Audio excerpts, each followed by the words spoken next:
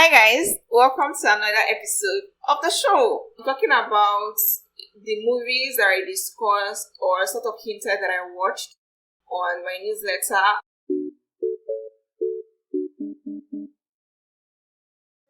Welcome back to the show. For those of you who may be seeing my face for the first time, welcome. Don't be shy. My name is Maranatha Abutu, but everybody just call me Mara, so you can call me Mara as well. That's fine. So last month, I watched a couple of movies that I would like to recommend to you guys.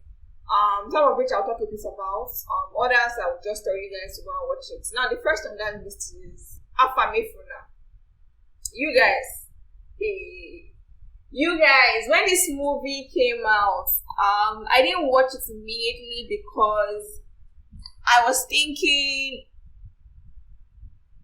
I don't know what I was thinking, quite frankly, but I know that the cast of the film, they were superb actors, and I know I wanted to see it, but I dragged my feet. I took my time. That's what I would say. I didn't think I needed to hurry to see the film, but you guys, I watched it on a Friday night, and I practically stayed up after work, like 2 a.m. to see the movie.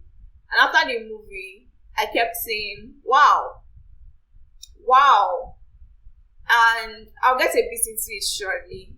I've always known about the Igbo trading system, mainly because my mother's family are in a part of Igbo land, right? That's where they are resident. So I am used to the Igbo trading system, and I know the apprenticeship system is how most of their businesses has transformed or transcended over the years, right? So it wasn't new to me, but I'll talk about the things that I love in the movie and maybe what I didn't like. And the movie was directed by Kayode Kasum, and there is a way that this man directs his movies. There's another movie that I saw, I think, yes, one too many. So there is a way that he directs his movies that makes it kind of interesting to see. I'm not sure. I think the one about House of Secrets was a Niyi movie. I'm not sure he was the one who directed that one, but it has similar directing styles that I really, really like. It makes every movie a lot more enjoyable because of the way that the cinematography is done.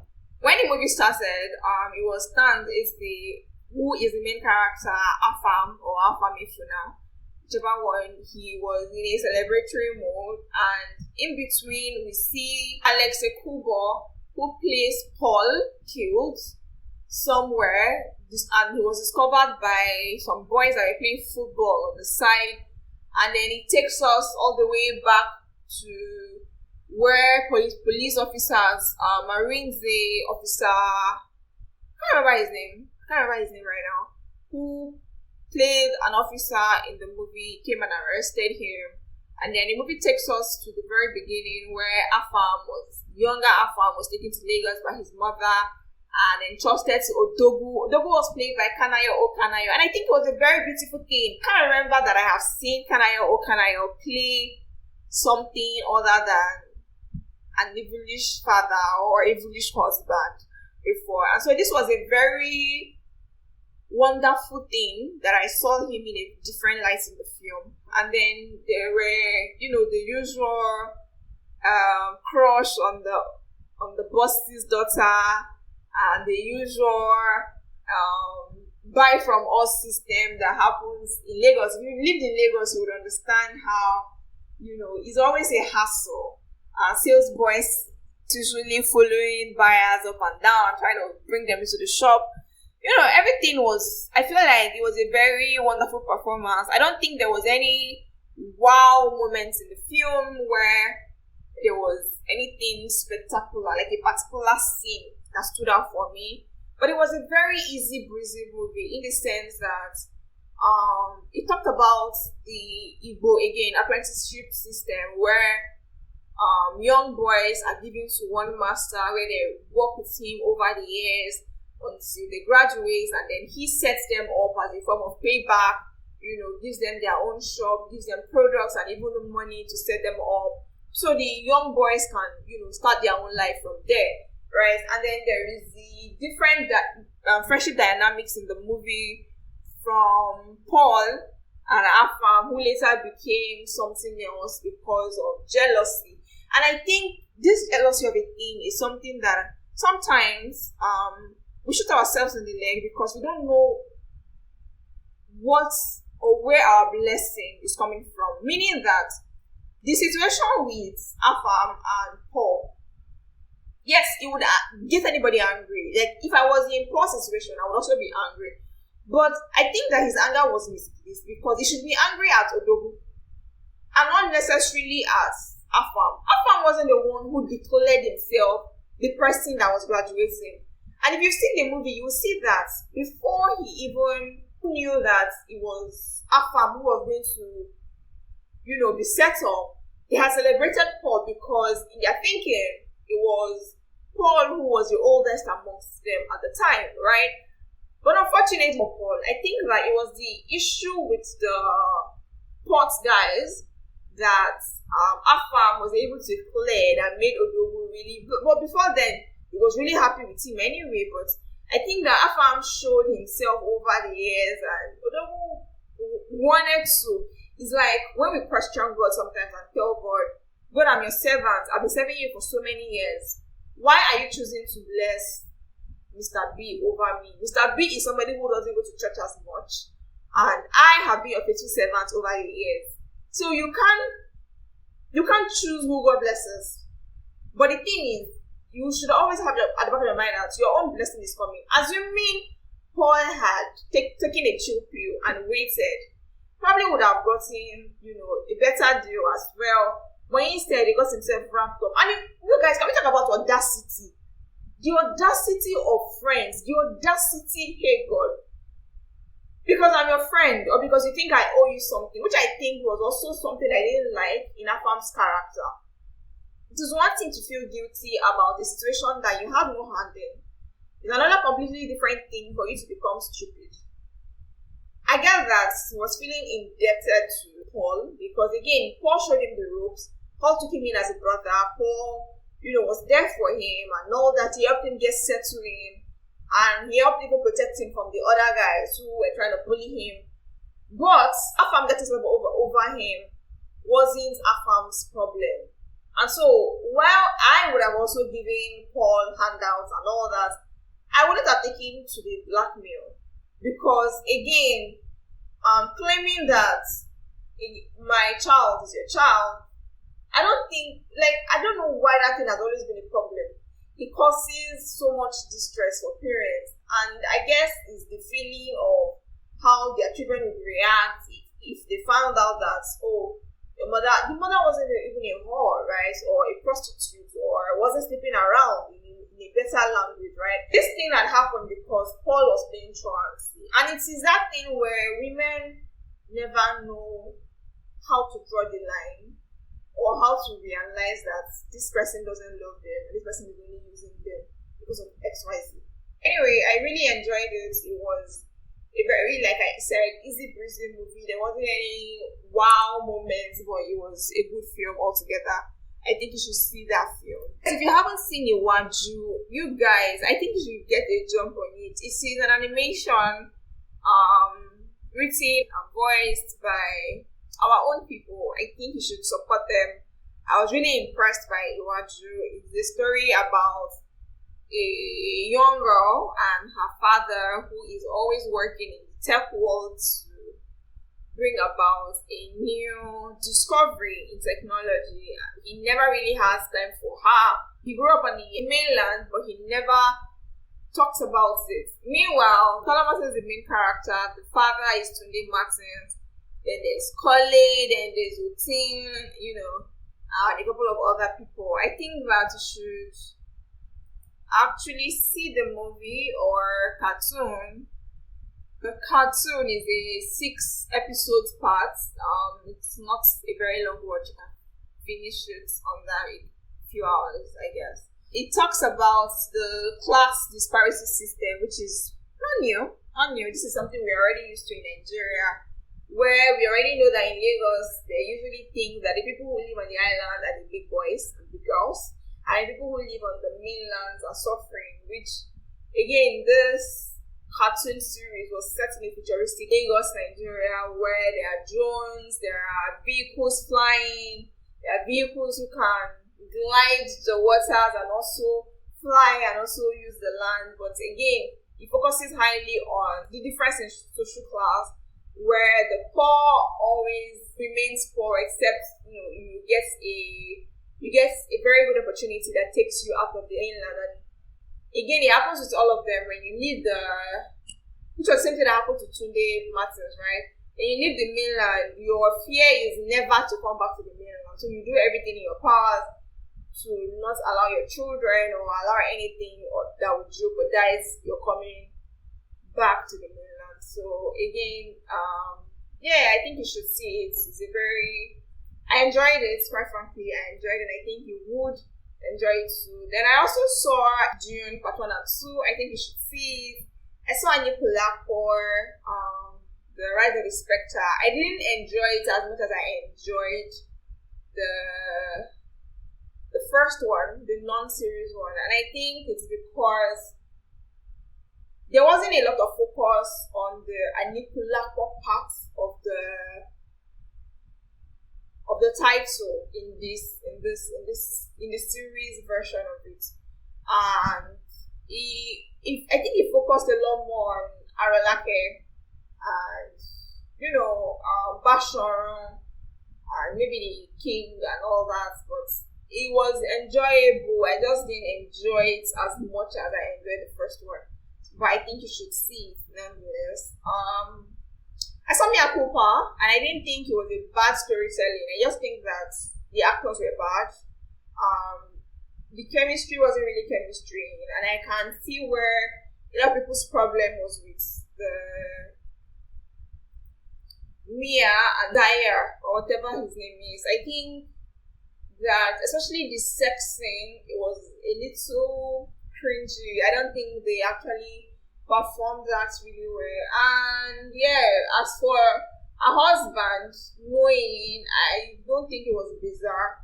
I think it was bizarre. We've seen and heard plenty family stories that are weirder than that. So I don't think that it was something that didn't sound real to me. I just think that the acting could have been done a little better. And I think people saw it because of Kelly Rowland. Because of Kelly Rowland, we expected a lot from the film. But unfortunately, it wasn't a bad storytelling at all. Again, by now I would think that people would be used to these guys' movies, but every time you're always complaining. By now, you should be used to his movies, especially with Sisters still going on. I don't understand where they are heading with that story, but again, it's this guy's fault. What again? Oh yes, A Taste of Sin. What do I want to say about this movie? I think that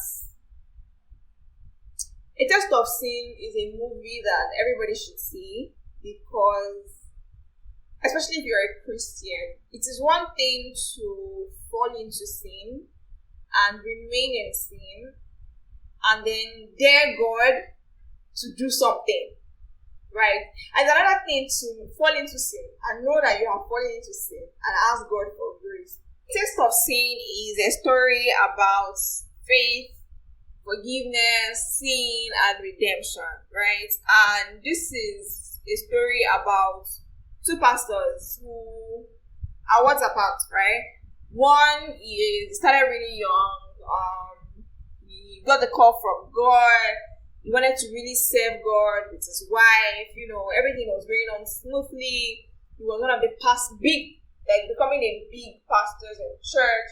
People liked him, and the church is happy with him. Everything is going on well. His wife is happy. The only problem was that she was looking or asking God for the fruit of the womb. The husband prays for people, and they get children. They get healed. But his wife's issue was another thing. Until one day she hears somebody talking on the television about getting tested, and genuinely I thought the husband was at fault, because he kept saying, no, at God's own time, no, at God's own time, we'll have children. And, I was like, guy, go and get the test done and get it over with. And eventually they went and they found out that, the pastor's wife, Ruth, doesn't have a womb. Now, it took us back to a couple of years ago when she was a teenager and she was being raped and molested by her teacher who had taken her for an abortion, and unfortunately there were complications and she lost her womb.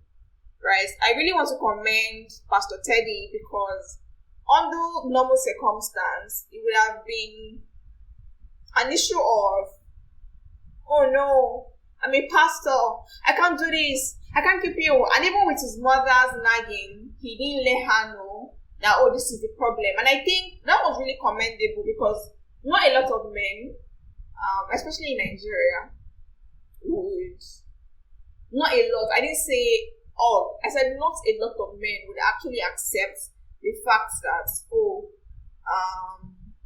you don't have a womb, but we can adopt.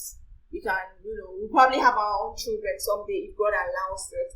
And I'm even saying this because even sometimes Christians are the worst when it comes to accepting situations like this. So I really love that Pastor Teddy's character, there wasn't any flaw in his character in the sense that he wasn't pretending. He was himself, right, until the issue with the lust. And he got carried away, which is another thing I want to talk about. As a Christian, I think that sometimes we think that as God's favorite children, we do not have a right to be tempted, or we are not supposed to be tempted, right? But unfortunately, even Jesus Christ himself was tested. He was put through the test, and he came out tremendously, which is not to say that for every time that we are tested, God expects us to do tremendously, as with the case of Job as well, right? But it also means that what this means is we can be tempted, we can fall into sin because we are humans. But how we handle that outcome is what makes us the Christians that we are. And so I love that despite all the whole, I didn't expect that when she got pregnant, his first instinct would be that they should abort the baby. Especially because his wife wanted a child and he knew how that would have made her really happy. But the first instinct was, and then I had to question, like, how do you fall into sin and then keep falling deeper and deeper and deeper into that same sin? So I was really sad about that. Unfortunately, she died and he was arrested. And that was the part that confused me. Why would you arrest him? Because he's a pastor, or because two adults consented to an abortion? Was the abortion an illegal thing in their town? Which I don't think we ever got to that part. So if it wasn't illegal, it was a thing of two adults consenting where her signature was there. The doctors and nurses also confirmed that she signed. So why was Dr. Teddy arrested? I don't get it. Like, I didn't understand that part. But then again, that was the only plot in the story in the plot that I think they did too much, because they shouldn't have had to go to prison in the first place. Right? That's Pastor Teddy. Then we have Pastor, what's his name now? Yes, Reverend Kwesi Todd. Yes, Reverend Todd. Now, there's this other pastor now, which is Reverend Todd, played by Majid Michael. And from the beginning, you already know that this is the usual, this is what we think about when we talk about churches are in business for the money and not necessarily for winning souls for God. Because tell me why Pastor Todd was coming, his first thing, he was in an airplane and there was smoke coming out of the plane. Like, what's happening? Did God send down fire? Like, it was weird. When the next scene now showed that, this man is a pastor, is a reverend in charge of churches, and several other pastors report to him, and they're giving them money targets for each quota, how much they're supposed to raise, as much as $20,000 from a small church, a small congregation, and they fire people and change pastors. And honestly, it was a lot, but it wasn't something new, because even in Nigeria, we've heard of churches. There was one church of synagogue where we saw a documentary a while ago that the church was fake and all that. I don't even want to go into that story, but there are so many churches who are in the church industry for the money and not necessarily for winning souls to God. And so this was Reverend Todd. He was sleeping around on a regular. He was more interested in getting money and telling his congregations to sow seeds to God. His mother, his wife was the main champion, encouraging that entire fiasco. The mother, whose husband was the one who started the church, kept warning the son, but the son was always taking counsel from the wife, right? And then one day he goes to the pulpit and tells the people of God that he's sick and his condition is very serious. Also in a way to garner support and money from church, right? And the mother came to the house and she was screaming on how she didn't let God to do something to him. And sometimes I think about the God in the Old Testament and how he would usually react to people's sins and all that. And I think that was exactly what happened to Reverend Todd, because there his wife was, talking, and upstairs this man collapsed, after hearing a voice that seemingly is God's voice, right? Asking him, okay, since you own your life, why not, get up, take yourself up, and all that. And eventually, the sickness got worse. They took him to the hospital. There was nothing, no medical issue that they could treat. And Pastor, what's his name now? Oh my God, I've forgotten his name again.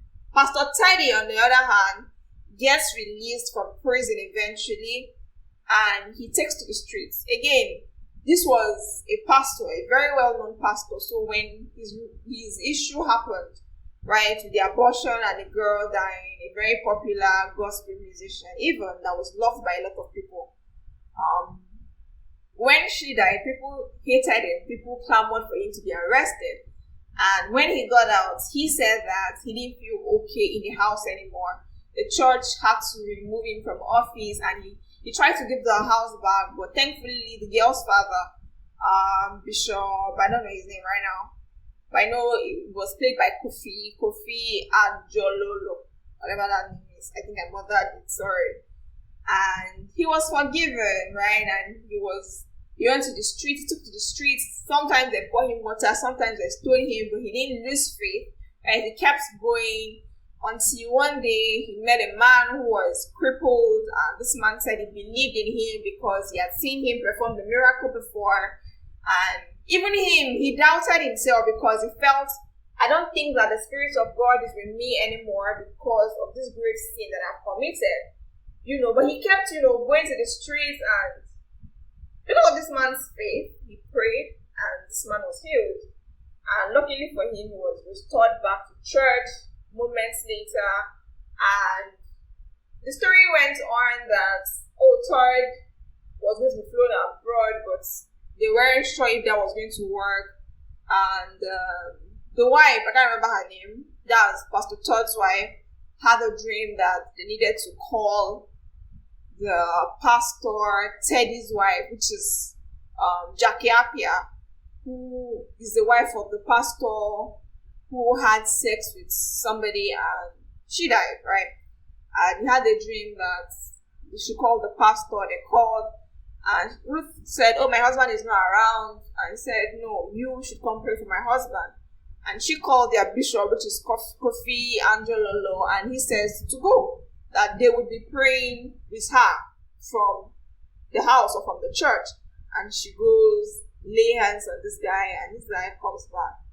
Now, both pastors, Pastor Teddy and Pastor Todd, were looking up to a bishop, a well-known man of God, whom they were drawing inspiration from. They both wanted to be like this person. They both wanted to be, again, everybody's journeys are different. You can never be the same. Your spiritual calling can never be the same. It's just like what I heard this man saying, Femi Lazarus saying, I think a couple of hours before I started recording this thing, where he was saying that you cannot compare your journey to somebody who already has 20 kilometers or 200 kilometers ahead of you. No matter how fast you're running from the back, you may not get there before the person, because this person has things that are going to support him through life. You are your first generation of wealth, trying to build generation of wealth for your family. And so it can never be the same. So comparing your journey to that person's journey would never be the same. So is, like I said before, our timelines in this life are absolutely different. I could have 30 more years to live, God forbid, right? Somebody else would have 5 more years to live. And so maybe God is prospering them because they have so much to achieve in such a very short time. So it would be weird for me who have 50 or how many more years to add to my life to start comparing them. So also would it be that you will have maybe 200 years to live, be comparing your journey with mine. It's never going to be the same. So I really enjoyed the taste of seeing. Another movie I want you guys to see would be, I've mentioned June, I've mentioned The Kudus. Yes, I think you should see that. And I just recently saw Casa de Nova. I really loved seeing Anicha in that play, and it was different from the usual I would have seen her in, and I'm really happy. So with this, I think we've come to the end of today's episode. If you like this video, give me a thumbs up. If you don't like the video, give me a thumbs up still. Comment what you didn't like about the video or about my review. If you thought that what I have said about each of these films were somehow, write it in the comment section. If you agree with me, write it in the comment section. If you are not yet subscribed, please subscribe. Please share my content. Please, what again? Yeah, that's about it. And see you in the next one.